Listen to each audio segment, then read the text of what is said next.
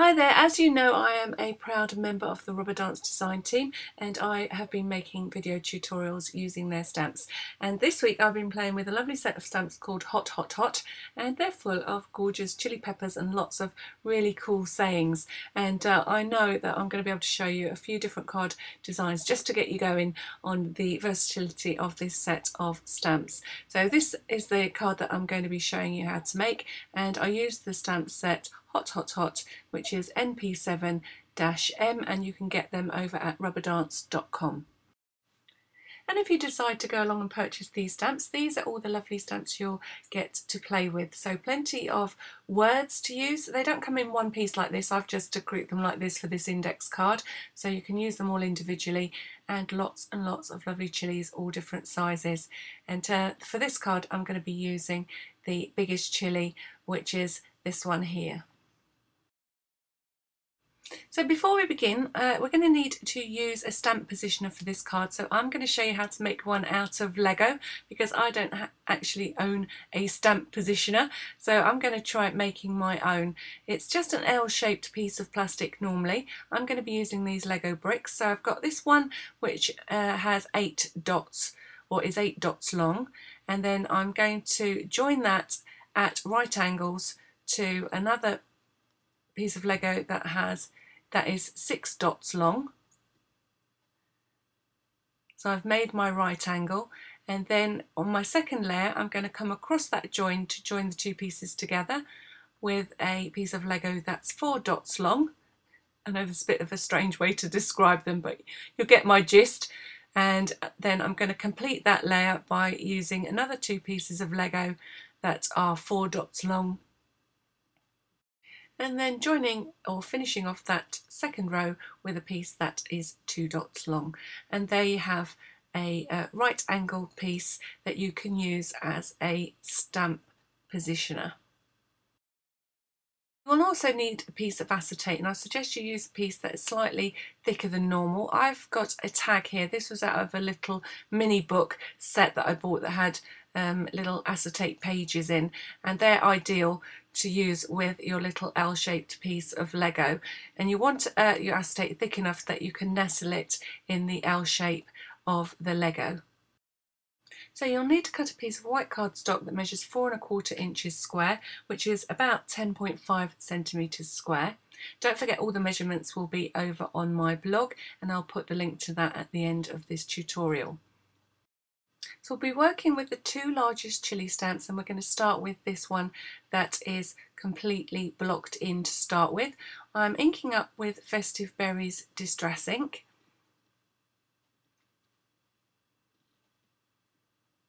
And then I'm just taking a little bit of tissue just to wipe off the very end of the chili, because I want to add a little bit of green to the bottom of my chili. So I'm going to take my Mowed Lawn ink pad, and I'm just tapping in the area where I have wiped away the red ink.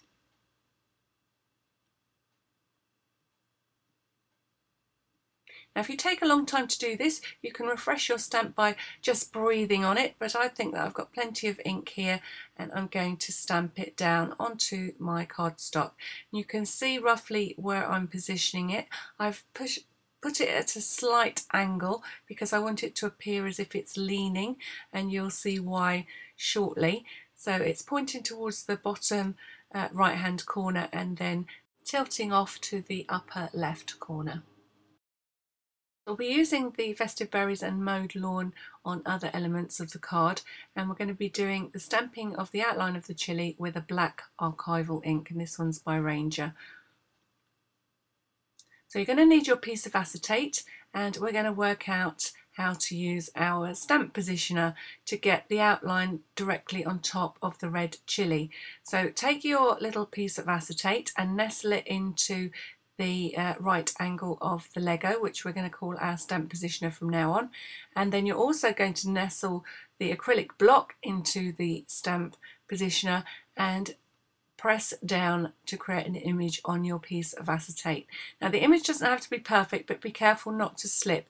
Hold the elements quite tightly together, because it's important when it comes to the accuracy on the placement of the actual outline onto your chili when you stamp it for real. So I'm using a piece of foam, as you can see, to stamp onto.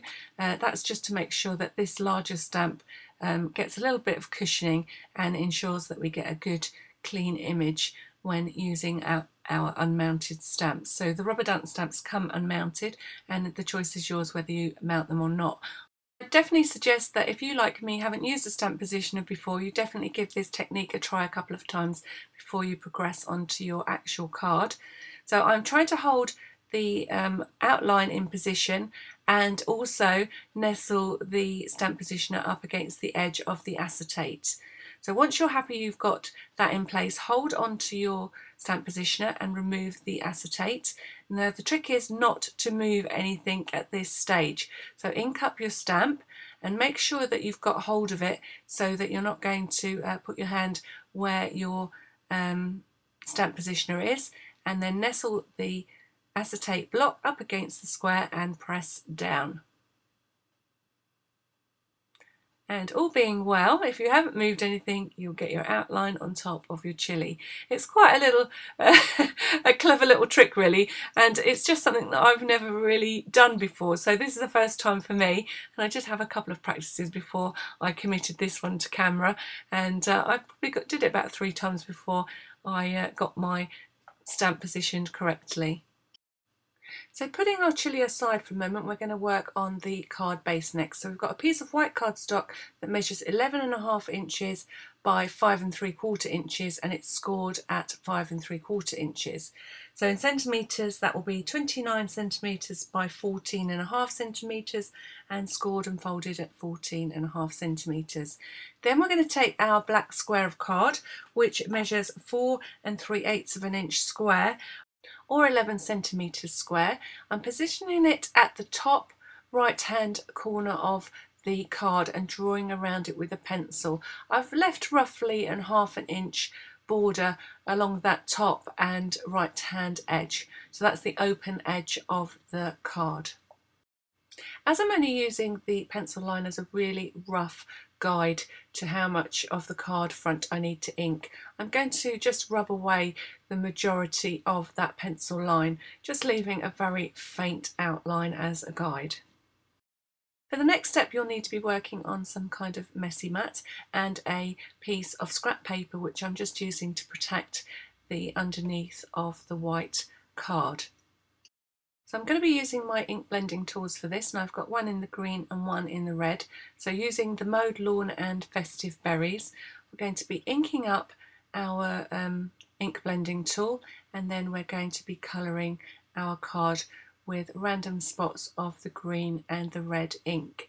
So I'm literally being quite generous with the ink. I want good coverage, and I'm just blending the colours together one by one.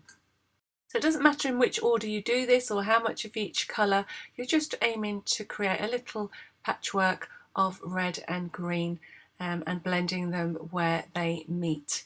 So I'm just switching as I rotate my card between the 2 different colours, remembering that I only need a narrow margin along 2 of the edges and then a wider margin on the remaining bottom and left hand folded edge of the card.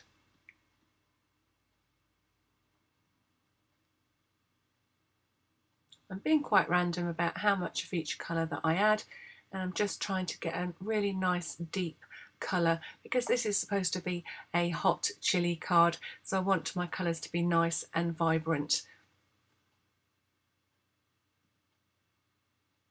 We'll be stamping over the red and green background with this Chill Out stamp, and I'm just using the black archival ink and twisting and turning the stamp to just create a random pattern, as if this is a background paper that we're using on our card as the frame to our large chili image.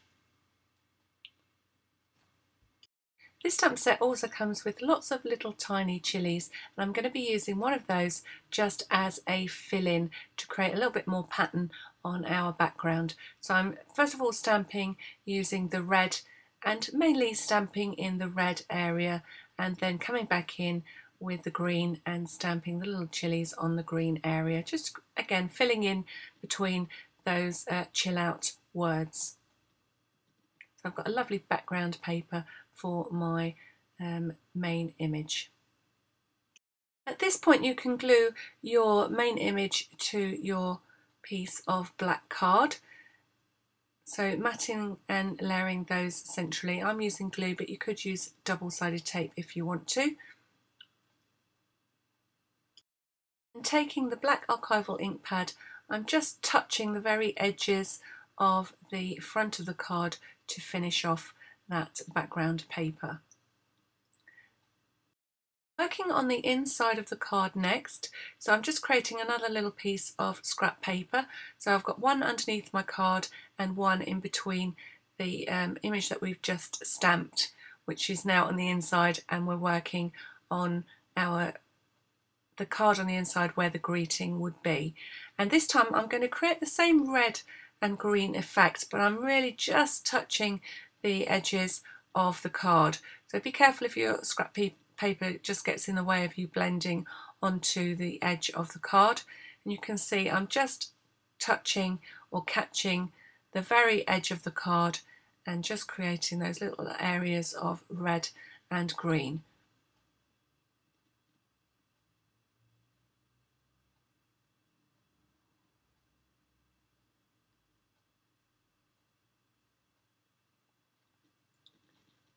Now we're going to come back in with that little chili, and again we're stamping round about the green area with the chili in green, and then we're inking up with the red to stamp in the areas that we've created with the red distress ink. You can see I'm twisting and turning the stamp, stamping randomly, but just bringing the chilies slightly onto the inside of the card. So I'm creating a frame, but I'm also just bringing a few of those chilies into the white area of the card. I really liked how this frame turned out, and I thought actually it would make a nice front of a card as well as an inside of a card. You tell me what you think.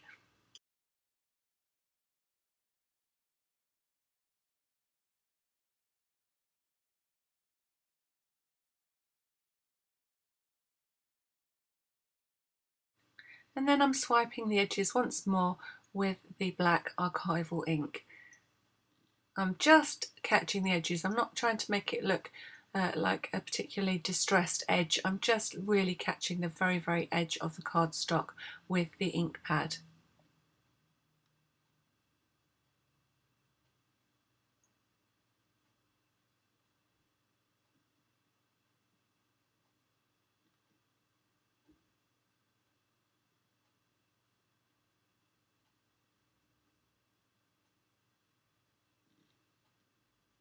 And then finally a little bit of ink around that back piece of the card. I've stamped the greeting onto a little piece of white cardstock using the black archival ink, and I'm using the words "just chilling," and I'm just adding a little bit of colour. Remember how you add shadows to lettering? Well, I'm going to be doing that with the green ink and the red ink on alternate letters. So I'm just catching the one side of the letter with the colours of the ink, just to bring a little bit of colour into that greeting. And the strip measures, the white cardstock is 2 3/4 inches by 3/4 inch, and the black cardstock that it's matted onto is 2 7/8 inch by 7/8 inch. So in centimetres that would be 7 centimetres by 2 centimetres for the white cardstock, and 7.5 centimetres by 2.5 centimetres for the black cardstock. And I've just laid them together flat, so double-sided tape, or as I've done here, a little bit of PVA glue, and that just adds a little bit of colour to that greeting. So next I'm using foam pads to raise the main image from the background card. And again we're positioning it up into the top right hand corner.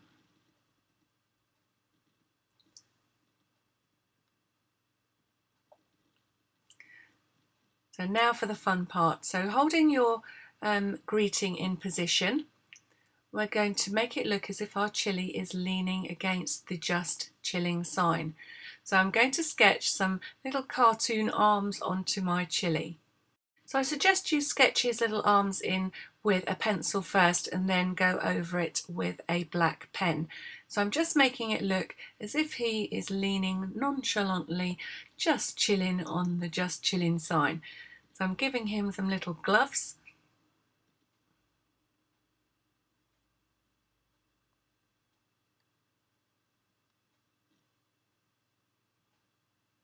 The beauty of pencil is if you're not quite happy the first time, you can just rub it out and try again until you're happy with the end result. Hands aren't the easiest things to sketch, I know, but it doesn't have to be perfect. Just a little cartoon caricature of Chilli, and making sure that he just looks like he's leaning.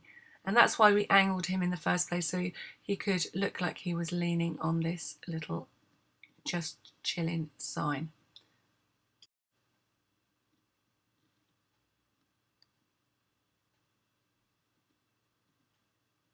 I decided to create the other arm as if he's got his other hand on his hip.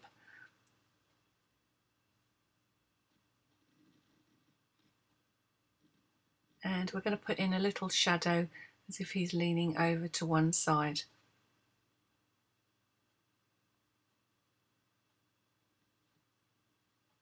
So if you do your black outline next, you need to make sure that your pen isn't going to bleed when you colour it in with the Distress inks afterwards. If it is, then you can colour in first and then add the black outline.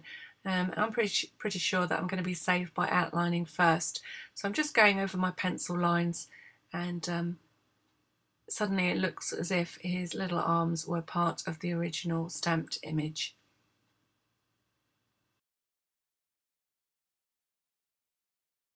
Once you're happy with his arms, you can attach the little Just Chillin sign with some foam pads to make it look as if he is leaning on the little sign.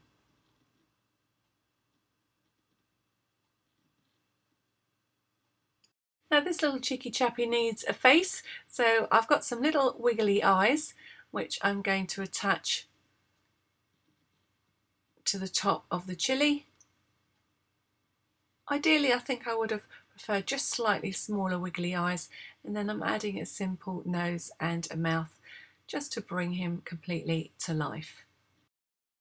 I found another use for my little acetate tag, and I've just squished a little bit of the red and the green ink onto the acetate tag to use it as a paint palette, and then I'm using my brush to fill in his little chili arms,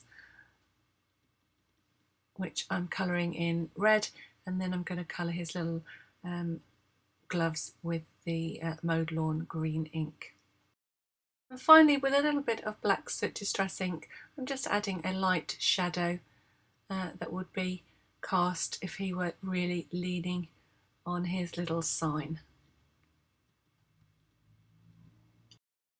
And the final touch for this handsome chili is to give him a coating of glossy accents. Now, for those of you that don't know, glossy accent is a product that dries raised, so it looks quite milky, you can see as I put it on here. You put it on quite thick and then you let it dry, and it dries to a real glassy finish, and it's a lovely look on something like this, like a chili, because a chili in real life would be quite shiny, and this will work quite nicely. The trick not to get any bubbles in your glossy accents is to keep your nozzle immersed in the glossy accents as you spread it about your image. I use the nozzle to actually make the glossy accents go where I want it to, and I keep it in the puddle of glossy accents, and that way I don't get any bubbles. If you do happen to get a couple of bubbles, just tap your card on the back or prick them with a pin. Now I wanted to create some little chili embellishments, so I'm just stamping a couple of the two smallest chili outlines, again using the black archival ink on a scrap of white card, and I'm going to colour them in this time. Rather than try and use the stamp positioner for such a small image, I'm just going to colour them in freehand with the red and the green ink. I'm not going to use all of these chilies, as you will see when we come to embellish the card, but I just thought I'd do a few while I was at it. So I'm just colouring them all in, but I'll only be using 6 chilies on this card.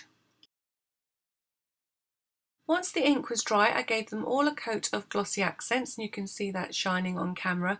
They're a little bit fiddly to cut out, but once the glossy accents was dry, I cut out my little chilies, ready to turn them into embellishments.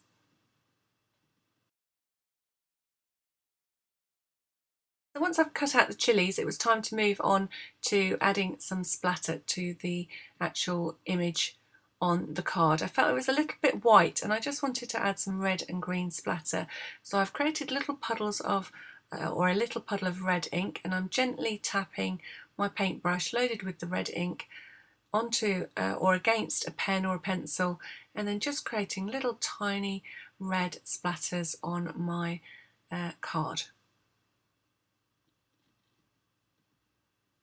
And then I'm going to repeat the process using the green ink. I haven't gone too overboard with the splattering, but it just takes a little bit of that whiteness away from the background behind the chili. And then using the little tiny chilies as embellishments, I'm just going to attach 3 little chilies here and 1 little chili against the greeting. I'm just going to use PVA glue to put those in position when I can get the glue to work.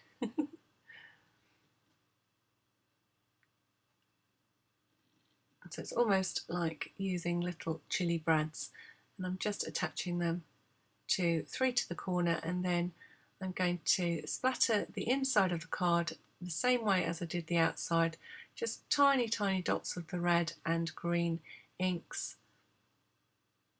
You can see how small and delicate they are, and then finishing off with a couple of the little or slightly larger chilies